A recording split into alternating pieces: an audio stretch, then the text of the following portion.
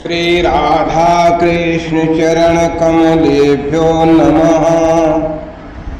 श्री नंद नंदन सनकादि कुमार पूतना मोक्ष। जय राधा राधा, जय राधा जय श्री राधा। जय कृष्ण कृष्ण जय कृष्ण जय श्री कृष्ण। हरि शरणं हरि शरणं हरि शरणं हरि शरणं। श्री सनकादि कुमार कहते हैं, ये सत्य है कि काल की कला का प्रभाव हम चारों भाइयों पर नहीं पड़ता, किंतु हमारे लिए भी सृष्टि में ऐसे अवसर कम ही आते हैं जब हम नित्य अंतर्मुख अपने स्वरूप में अवस्थितियों को बाह्य संसार अपनी ओर आकर्षित कर ले और वहाँ हमें आनंद उल्लास प्राप्त हो। आनंदई का मात्र अपना स्वरूप, इसमें माया का आवरण तथा विक्षेप शक्ति सृष्टि का स्वप्न प्रस्तुत करती है, किंतु स्वप्न तो अज्ञानी जीवों के लिए है। जो जागृत हो चुका उसके लिए कैसा स्वप्न और कैसी माया। किंतु शरीर है तो प्रतीति भी है, और प्रतीति तो बाधक या बंधन दात्र नहीं होती, वो तो अपना ही विनोद है। कभी कभी अद्भुत बात होती है कि इस प्रतीत में, इस स्वप्न में, इस सृष्टि में कहो, वो इसका अनाम अरूप अचिंत सच्चिदानंद आधार स्वयं आ जाता है। आनंद घनैक श्री विग्रह धारण करके, और तब प्रतीति केवल प्रतीत नहीं रह जाती और धन्य हो जाती। अचिंत अतीन्द्रिय वह तुरीय तत्व जब चिदानंद घन विग्रह बनकर इंद्रियों के सम्मुख अवतरित होता है, वो भले अपनी योग माया का आश्रय लेकर ऐसा करे। माया जिनकी दृष्टि का आचरण बनने में असमर्थ है, उनके लिए उसका यह साक्षात प्रत्यक्ष कितना उन्मत्त आह्लादकारी है, वाणी कैसे वर्णन कर सकती। हमारे लिए तो अपने इस पितृलोक ब्रह्मलोक का ही काल कोई वस्तु नहीं है, तो धरा के काल की तो हमारी दृष्टि में कल्पना ही नहीं। क्षणार्थ भी हमको दूसरों को समझाने के लिए ही बोलना है। अभी अभी की ही तो बात है जब नंद भवन में सच्चिदानंद घन इंदिवर सुंदर परम पुरुष अवतीर्ण हुए हैं। धन्य योग माया, धन्य देवी तुम्हारा अपार प्रभाव। सुर तो दूर, हमारे पिता सृष्टिकर्ता तक सम्मोहित हो गए। अरे कंस के कारागार में भगवान अनंत साई अपने अंश से आ ही रहे थे, तो वहाँ इतने स्तवन, इतनी सुमन वृष्टि, और वो भी तब जब उनके भी अंशी साक्षात परम पुरुष पधार रहे थे। सृष्टिकर्ता के लिए, भगवान त्रिपुरारी के लिए, सुरों के लिए विशेष साई इतने अलभ्य और अलक्ष्य अपरिचित तो नहीं है। वे सम्मान्य हैं, संपूज्य हैं, स्तोतव्य हैं, किंतु जब सर्वेश्वरेश्वर स्वयं आ रहे हों, लेकिन देवी योग माया जब किसी को ये देखने ही न दें, तो हमसे ही सुरेंद्र ने उल्टे पूछा, आप सब देव ऋषि के साथ नंद भवन पर ही आज इतने उत्साह से क्यों सुमनांजलि अर्पित करने में लगे हैं? वहाँ तो आद्या योग माया पधार रही हैं, आप तो शक्ति के सेवक नहीं हैं। आज भगवान त्रिपुरारी भी यही मस्तक झुका रहे हैं और आप सब इतने आनंदमग्न हैं। शक को उत्तर देने का समय मुझे नहीं था। उस समय पुरुषोत्तम के पश्चात आकर उनकी अनुजा बनकर भी योग माया ने सुरों तक को सम्मोहित कर लिया है और स्वयं अग्रज का आवरण बनकर आगे आ गई हैं। ये मैं देख सकता था। ओह, भगवान वासुदेव को लेकर वसुदेव जी गोकुल पधार रहे हैं।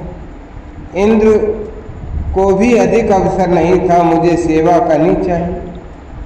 सुरेंद्र उस समय तीव्र वृष्टि में संलग्न हो गए और वसुदेव जी के मार्ग को इस प्रकार निष्कंटक रखने में लगे। वे ये भी नहीं करते तो भी देवी योग माया तो थी ही, किंतु समय मिलने पर जीव सेवा न कर पावे। अभाग्य उसका। सुरपित उचित ही कर रहे थे। वसुदेव जी तक को तो योग माया ने देखने नहीं दिया कि वे जिस कुमार को लाए हैं वो मैया यशोदा के पर्यंक पर पड़े अपने अंशी में इतनी त्वरा से एक हो गए। वे तो योग माया पर दृष्टि पड़ते ही उसी को देखते रह गए।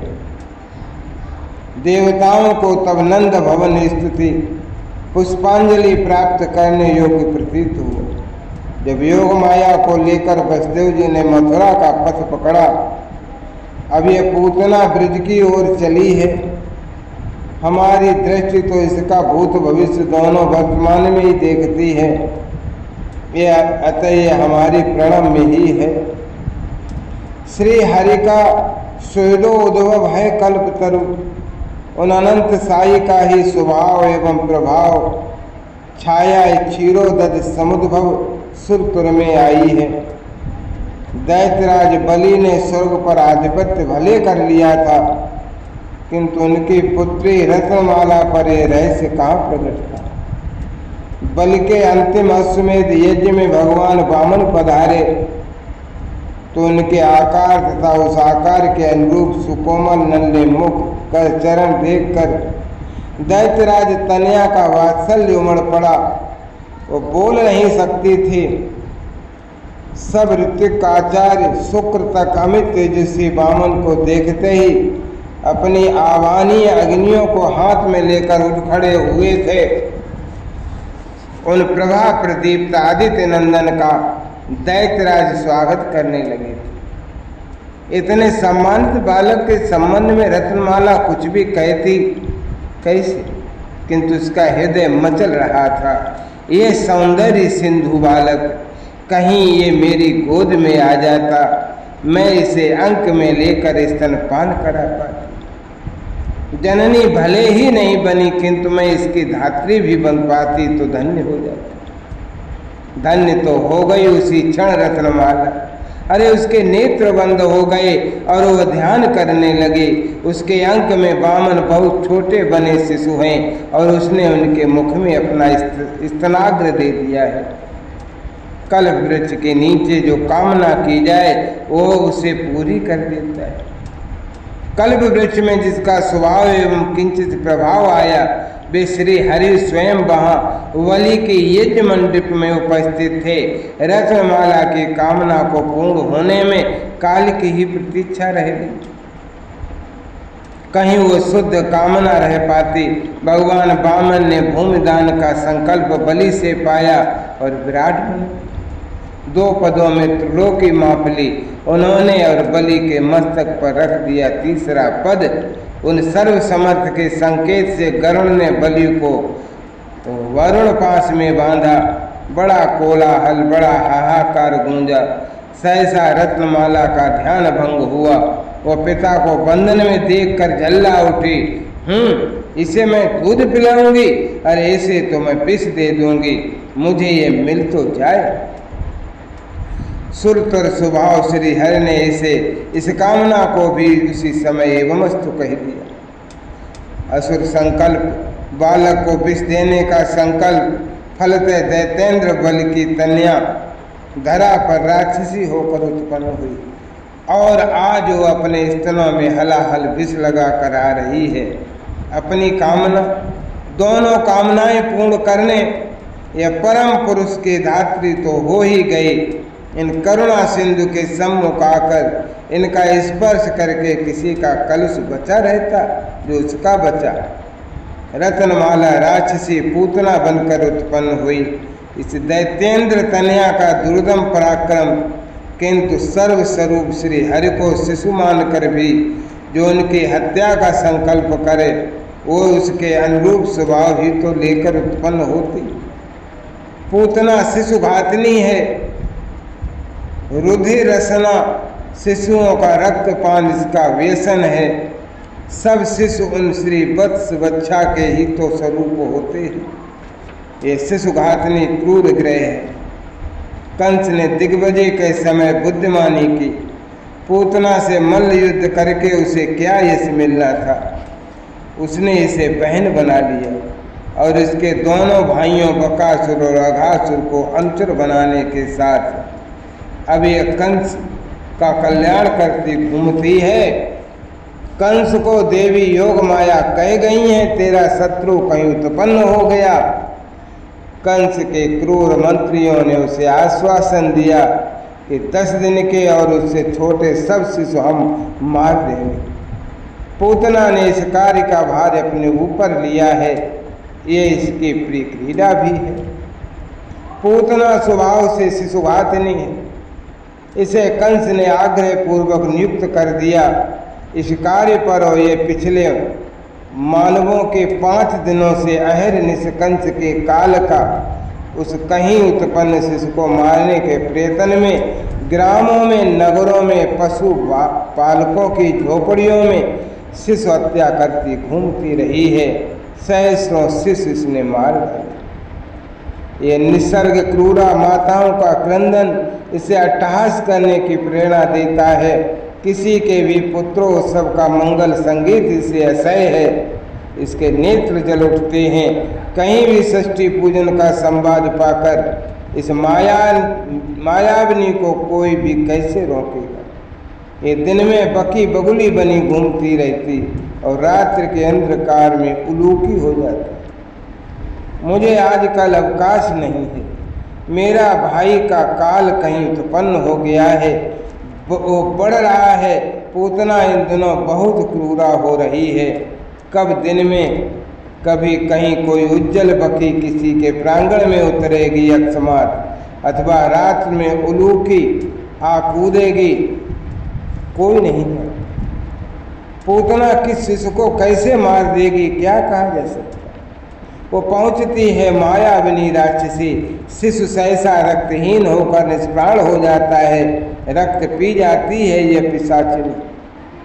मथुरा के सम्मुख ही कालिंदी के दूसरे किनारे तो गोकुल है। पूतना को पता है कि इस गोपों के ग्राम में इन्हीं दिनों पुत्रोत्सव के बाद बड़े उत्साह से बजे हैं, किंतु पूतना की एक व्यवस्था है। ये बकी या लूकी बनकर जब इधर उड़ना चाहती है, इसके पक्ष भारी हो जाते हैं। कारण ये क्या समझेगी। योग माया का वैभव तो महामुनिंद्रों के लिए भी अगम्य है, किंतु इसने समझ लिया है कि गोकुल में गगन के मार्ग से नहीं जा सकता। कल सायंकाल गोकुल में षष्ठी पूजन हुआ। इतनी वाद्य धुन, इतना आनंद उत्सव, इतना संगीत पूतना के लिए ऐसे था, किंतु उलूकी बनकर रात्रि को वहाँ पहुँचना संभव नहीं था। उसके लिए प्रातः काल ही साधारण स्त्री के रूप में चल पड़ी। इतना साधारण स्त्री वेश पूतना क्या करेगी। ये तो आकर गोकुल में सुनसान में अपेक्षित पड़े पुराने सकट के नीचे छिप गई। इसे अभी यहाँ की गतिविधि देखनी है। यहीं से अनुमान करना है कि कल का उत्सव किस भवन में हुआ और वहाँ इसके प्रवेश में क्या बाधा आवेगी। गोकुल में सब वो सशस्त्र रक्षक हैं। पूतना बकी या लूकी बनकर आती तो अवश्य इनके बाणों का लक्ष्य बन जाते। आज ये किसी अपरिचित पक्षी तक को उतरने नहीं देंगे। इनकी दृष्टि बचाकर किसी घर में प्रवेश पाना कठिन। पूतना को अनुमान नहीं करना पड़ा। जहाँ पुत्र का षष्ठी महोत्सव हुआ वहाँ तो अब भी संगीत चल रहा है, किंतु उस भवन में भीड़ बहुत है। गोप चले गए मथुरा सवेरे ही। अब गोपियों को अपने घरों में बहुत कम काम है। षष्ठी हो गई, नंद रानी का नन्ना लाल सूतिका गृह से बाहर आ गया। अब उसका आकर्षण, उसका सानिध्य छोड़कर घर में कोई कैसे टिकी रहे। सबसे छिपकर प्रवेश पाने का कोई पथ नहीं, सबके सम्मुख ही जाना पड़ेगा। पूतना ने निश्चय किया, और ये बेचारी निश्चय करने वाली कौन है? इसकी नीयत, इसे जिसने कभी एवं अस्तु कहा था, वो तो इसके भी अंतर्यामी रूप में बैठा इसे प्रेरित कर रहा है। छी, ये क्या किया इसने? इस मायावनी राक्षसी ने तो साक्षात लक्ष्मी का स्वरूप धारण किया।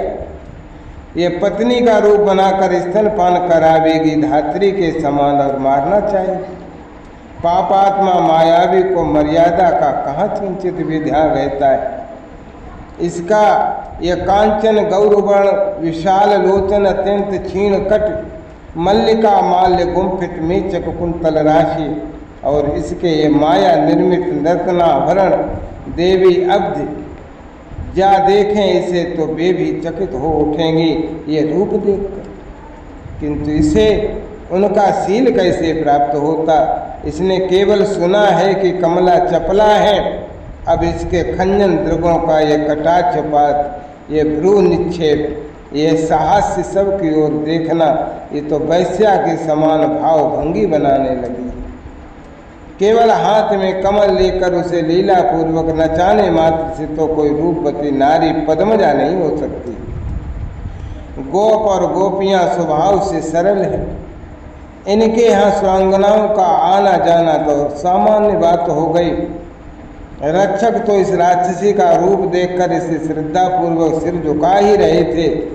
गोपियां भी सब संभ्रम सहित मार्ग देने लग गईं। सबके मुख पर एक ही बात, हमारी ब्रजेश्वरी के अंक में लगता है कि श्री नारायण पधारे। ये देवी लक्ष्मी अपने पति का दर्शन करने आई होंगी, तो सीधे नंद भवन में प्रविष्ट हो गईं। किंतु भगवान संकर्षण ने इसे देख लिया। क्या करेंगे ये नंद? नहीं, ये कुछ नहीं करेंगे। अपने अनुज का पलना पकड़कर अभी खड़े थे, और जिसे देखते ही पलना छोड़कर दूर हटकर बैठ गए हैं। ये केवल देख रहे हैं कि ये करती क्या है। पूतना का ध्यान इनकी ओर नहीं है, उससे तो नवजात से प्रयोजन है। और अभी अग्रज की ओर देखकर जो मंद मंद हंस रहे थे, उन्हें इतनी शीघ्र निद्रा भी आ गई। अपने लोचन बंद कर लिए इन्होंने। धन्य लीला, तुझे शिशु को पालना आता भी है। पूतना ने पहुंचते ही यशोदा जी को डांटना प्रारंभ किया। कभी तूने शिशु पाला है? अरे इतना सुकुमार है ये कि रो भी नहीं पाता। और तू नहीं देखती कि इसका उधर कितना पिचक गया, गड्ढा हो गया है उधर। कितना क्षुधातुर है मेरा लाल। यशोदा जी ने, रोहिणी जी ने और दूसरी गोपियों ने हाथ जोड़ लिए। सब समझती हैं कि ये ज्योतिर्गमयी कोई देवी आई है। अब देवी को भला कोई क्या कहेगी? देवी शिशु को अंक में लेती है तो इनकी कृपा। पूतना ने उठाकर अंक में लिया, कृत्रिम स्नेह दिखलाते हुए, और बालक के मुख में अपना हलाहल विषलिप्त स्तनाग्र दे दिया। ये दाहू हंस पड़े हैं, और ताली बजाकर हंसने का तो हम चारों का चित्त कर रहा है। ये मूर्खा राक्षसी, अरे अमृत और विष जिस क्षीराब्द से उत्पन्न होते हैं, उसमें ये नव जलधर सुंदर शयन करते हैं अपने अंश से। क्षीराब्द मंथन से पूर्व भी तो शेष साई वहीं सोते थे। वो सागरोद्भव हलाहल तो शिव का कंठभूषण हो गया। सृष्टि का समस्त विश्व उसके कुछ सीकर हैं, और तू उन्हीं सीकरों का किंचित अंश स्तनाग्र में लगाकर इन्हें मारने आई।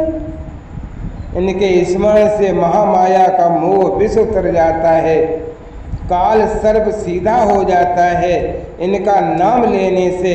किंतु तूने तो इन्हें विष देना चाहा था, इन्हें दुग्ध पान कराना चाहा था। तेरी कामनाएं इन वांछा कल्पतरु को पूरी करनी। दाऊ ताली बजाकर सिर हिलाकर हंस पड़े हैं। उनके अनुज को ये अच्छी धात्री मिली, मैया यशोदा चौकी हैं, ये देवी दूध पिला रही है। हम चारों ही हंस उठे हैं। संपूर्ण प्राणियों को रज्जु में सर्प का, विशुद्ध चेतन में दुखमय संसार का भ्रम होता है, किंतु पूतना को प्राणहारी सर्प में ही रज्जु का भ्रम हो गया। वो अपने काल को ही शिष्य समझकर अंक में उठा चुकी। अरे छोड़ दे मुझे, अब इस चीत्कार और हाथ पैर पटकने से लाभ किया। श्रुति कहती है और हम सब साक्षी हैं कि इन श्री कृष्ण को छोड़ना नहीं आता। कोई इन्हें पकड़ ले, ये स्वयं अपनी ओर से निर्गुण निर्लेप हैं, किंतु कोई इन्हें पकड़ने को हाथ उठाता है, पकड़ने की इच्छा करता है, तो ये उसे आगे बढ़कर पकड़ लेते हैं, और जिसे पकड़ लिया वो तो इनका हो गया। अब छोड़ने की पुकार व्यर्थ। पूतना की चीत्कार ऐसे चिल्लाई जैसे वज्रपात हो। गोपियां, गोष्ठ रक्षक सब उसके इस अक्षमात क्रंदन से एक बार भूमि पर गिर पड़े। पूतना तो वहां से दौड़ पड़ी, हाथ फेंकती, पैर पटकती। इस नंद नंदन को अंक में भी उठाओ और माया रूप भी बना रहे, इसके स्पर्श से भी माया टिकेगी क्या? पूतना का वह लक्ष्मी रूप तो पलक मारते महाभयानक राक्षसी रूप में बदल गया, लेकिन वह वहाँ पल भर टिकी होती तब तो उसे कोई रोकता। उसने तो शिशु को अंक में उठाया, उसके मुख में स्तनाग्र दिया और राक्षसी रूप लेकर चीत्कार करती भागी। पूतना के नेत्र फटे फटे हो गए हैं, केस बिखरे हैं, शरीर श्वेत से भीग गया। वो हाथ पैर पटकती रोती रही, चिल्लाती रही और भाग रही, उछल कूद कर रही। ये कहना अधिक उपयुक्त है। पूतना राक्षसी है, वो आकाश में उड़ सकती है, किंतु ये तर्क तो कोई स्वस्थ बैठा महापंडित ही करेगा। पूतना की शक्ति, बुद्धि, प्राण तो ये उसके बच्चे से चिपका शिशु पिए जा रहा है। इसने दोनों करों से उसका बच्चे पकड़ लिया है और पी रहा है, पीता जा रहा है। पूतना के रोने चिल्लाने उछलने का इसे जैसे कोई पता ही नहीं, ये पी रहा है। पूतना के दूध के साथ साथ उसके प्राण भी पी रहा है।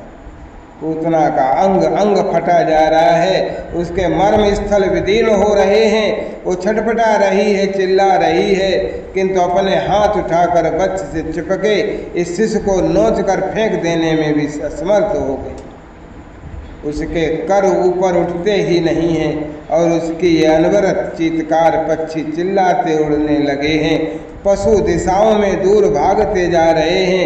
गोकुल में सबको लगता है कि भयंकर शब्द से कर्ण गुहर फट जाएगा हृदय और मस्तक। सबके सब दोनों करों से कर्ण बंद करके नेत्र मूंद कर बैठ गए जहाँ के तक।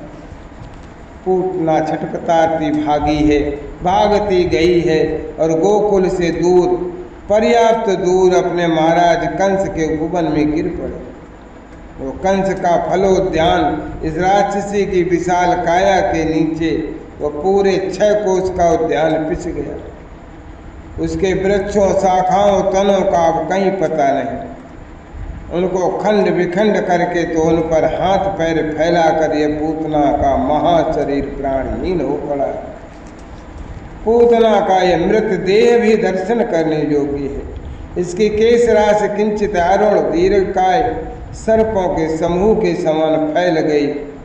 चारों ओर इसके फटे फटे नेत्र मानो अंधकूप हो। इसके खुले फैले विकराल मुख में बड़े भयंकर उज्ज्वल दांत, काल की कराल दाढ़ें इनसे कम भयंकर होती हैं। ये पूरे बाण जितने लंबे दांत, इसके दिशाओं में दूर तक फैले कर चरण जैसे ऊंचे बांध चले गए हैं। और इसका उदर भारी जलहीन हित लगता है।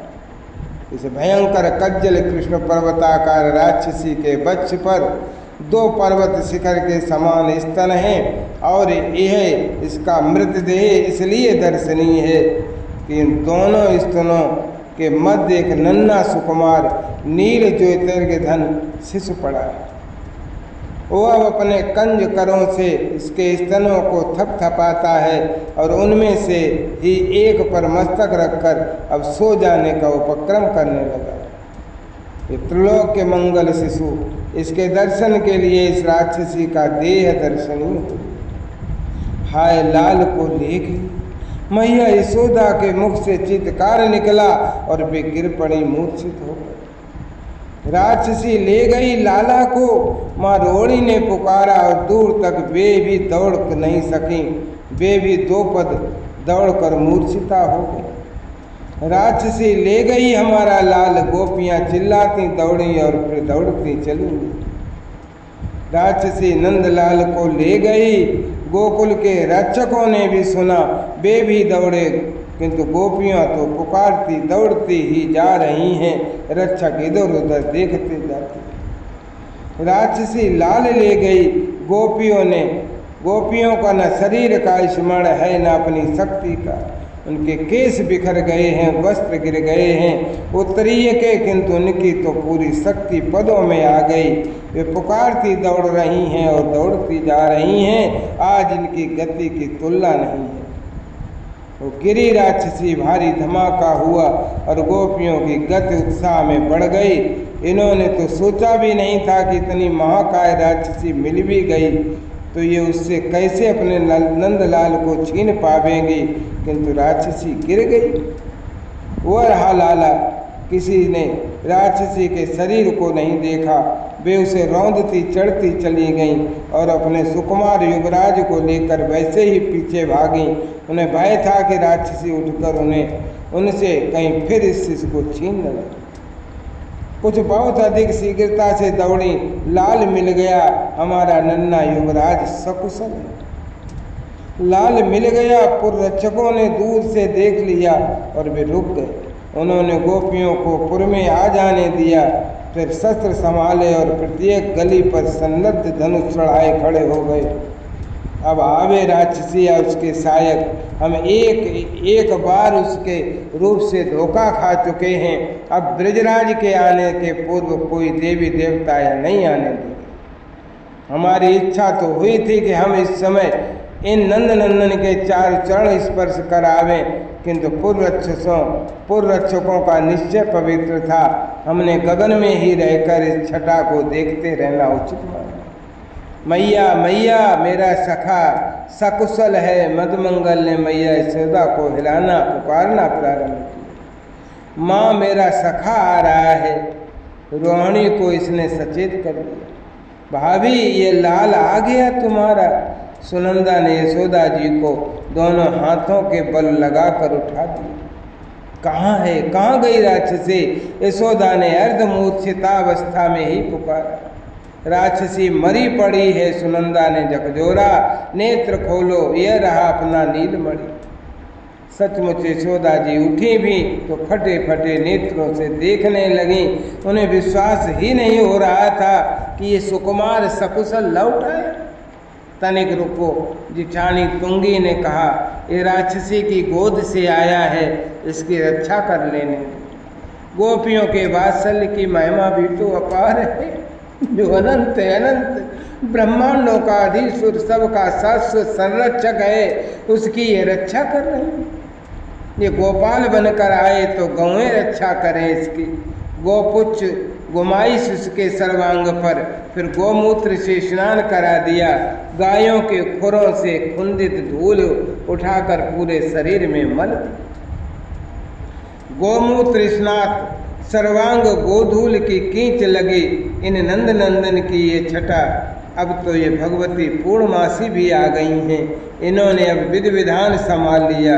इन्होंने कहा, तुम सबने उस राक्षसी के सबका स्पर्श किया है, पहले अपने कर पद प्रक्षालन करो, आचमन करके स्वयं अंगन न्यास करो, करण न्यास करो। गोपियों को आज्ञा पालन बहुत अच्छा आता है। हमें तो हंसी आ रही है कि इनके इन सर्व रक्षक की रक्षा की जा रही है। गोपियाँ अब इनके ही नामों से इनके सर्वांग की रक्षा कर रही हैं। इनके अंगों में भगवान नामों का न्यास हो रहा है। इनकी रक्षा कर इनके नाम ही तो हैं जो आपत्ति में पड़े आर्त प्राणी की रक्षा करते हैं। तब ये नाम इनकी भी रक्षा करें। अब तुम इसे लो। भगवती पूर्णमासी ने अब मैया के अंक में दिया उनका शिशु। यह मुझ अभागिनी के हाथ से तो चला ही गया था, मैया अब एक एक के पदों पर रखने लगी पुत्र को। तुम्हारी कृपा से सुरक्षित आया, तुम इसकी माता हो, तुम इसे आशीर्वाद दो। यशोदा तुम पहले इसे दूध तो पिलाओ, इसकी छोटी ताई पीवरी ठीक कहती है, ये राक्षसी की गोद से लौटा है, उसका दूध पिया है इसने, तुम्हारा दूध पीने लगे तो हम सबको संतोष हो कि इसे स्वस्थ है। मैया ने अंक में लेकर अंचल की ओट में कर लिया है उनका मुख, और लो ये तो मैया का दूध इतने प्रेम से पीने लगे हैं जैसे पूतना का पै तो केवल क्षुधा वर्धक पाचक मात्र बना इनके लिए। अब ये तो दूध पीते पीते सो जाए। उधर वे छकड़े चले आ रहे हैं मथुरा से। ब्रजराज उनके साथ के गोप छकड़ों को दौड़ाते आ रहे हैं। मथुरा में वसुदेव जी ने कह दिया गोकुल में उत्पात हो रहे हैं, यहाँ अधिक मत रुको, और इन सब लोगों को गोकुल पहुंचने की त्वरा है। ये क्या? गोपों ने दौड़ते वृषभों को रोका, इतनी भयंकर राक्षसी ये यहाँ कैसे पड़ी है? अनेक लोग छकड़ी से उतर पड़े। अरे ये तो पूतना है, कंस की मुंह बोली बहन। पहचान लिया एक वृद्ध ने, ये प्रसिद्ध बालघातनी है, यह तो मरी पड़ी है, ये गोकुल की ओर से आई है। गोपों ने इधर उधर देखकर पद चिन्ह पा लिए। अनेक गोपियां यहाँ तक आई हैं, किंतु सब लौट भी गई हैं। श्री वसुदेव जी अवश्य योगीश्वर होंगे। ब्रजराज भरे कंठ से बोले, उन्होंने कहा था कि गोकुल में उत्पात है, और यह उत्पात तो प्रत्यक्ष है। श्री नारायण मंगल करे, ये गोकुल से बहुत दूर नहीं है। उपनंद जी ने कहा, इस भाद्रपद की उष्णता में सब शीघ्र सड़ता है, यहाँ सड़ेगी तो गोकुल में हम सबका रहना असंभव हो जाएगा, इसे आज ही दग्ध कर देना आवश्यक है। उसे उठाना तो संभव है ही नहीं। अभिनंद ने कहा, गोप समीप के गड्ढों में काष्ठ एकत्रित करें, अपने यहाँ के अत्यंज से कुठारों से काट काट कर एक एक अंग खंड उठाकर उन गड्ढों में डालकर अग्नि दग्ध कर देंगे। यही व्यवस्था संभव थी। तरुण गोपों ने अपने कुठार उठाए और आसपास के शुष्क काष्ठ काटने लगे, खड्डों में डालने लग गए। बहुत सा काष्ठ राक्षसी के शरीर से भी टूटकर गिरा था, वो भी इसको जलाने के काम में आ ही सकता था। श्री नंदराय भाइयों तथा गोप प्रमुखों के साथ छकड़ों में बैठ गए। अत्यंजों को भेजना था यहाँ शीघ्र। सबके प्राण अटके थे कि गोकुल में हुआ क्या, इस राक्षसी ने वहाँ क्या किया हो। सुकुमार शिष्य तो सुरक्षित है न। सीधे सब आई नंद भवन। यहाँ पहले ही सुन लिया कि गोकुल का वो प्राण धन सुरक्षित है, सो रहा है मैया का दूध पीकर। अब महर्षि शांडिल्य को बुलाकर रक्षा करानी है, स्वस्थ बाट गए शांति करानी है, और पुत्र की रक्षा के उपलक्ष्य में दान भी तो करना है, बहुत अधिक गोदान करना है ब्रजपति को। अब ये गोकुलवासी आश्चर्य क्यों कर रहे हैं कि इतनी अपूर्व सुरभि वहाँ से आ रही है। ये आ रही है खड्डों में जलते पूतना के खंड से किए गए शरीर से। पूतना राक्षसी सही, रक्त पापनी सही, शिशुघातनी सही, किंतु आज श्री कृष्ण ने इसके वक्ष पर अपने चार चरण जो रखे हैं, जिस छाती पर लेटे रहे, इसका पैपान किया। इन साक्षात परम पुरुष पुरुषोत्तम ये नंदनंदन युग युग की साधना के पश्चात भी कहीं कठिनाई से किसी के मानस में एक पल को प्रकट होते हैं, और जहाँ जिस अंतःकरण में इनकी वह मन कल्पित मूर्ति भी पल भर को प्रकट होती है, वो तो परम पावन हो जाता है। उसकी पदरज महापापियों को भी पुनीत कर देती है। पूतना के वक्ष पर तो ये स्वयं खेलते रहे हैं। पूतना का दूध पिया है इन्होंने, वो कैसे आई, क्यों आई, कैसी थी, ये चर्चा ही व्यर्थ है। इन तक पहुँचने वाला कैसे भी पहुँचा हो भुवन पावन हो जाता है। पूतना का शरीर केवल सौरभ घन ही नहीं हुआ, वो सुरभि अब दिशाओं की अमंगल ध्वंसनी हो गई। पूतना रत्नमाला इनकी धात्री बनना चाहती थी, बन उसे इन्होंने धात्री बनाकर अपने परम धाम भेज दिया। वो तो अब इन परम पुरुष की भी बंदनिया हो गई। हम तो इन पूतना परित्राता के पाद पद्मों में प्रणाम ही करते हैं और नित्य किशोरी के साथ नित्य किशोर के नाम की चर्चा करते हैं। जय राधा राधा, जय राधा जय श्री राधा, जय कृष्णा कृष्णा, जय कृष्णा जय श्री कृष्णा।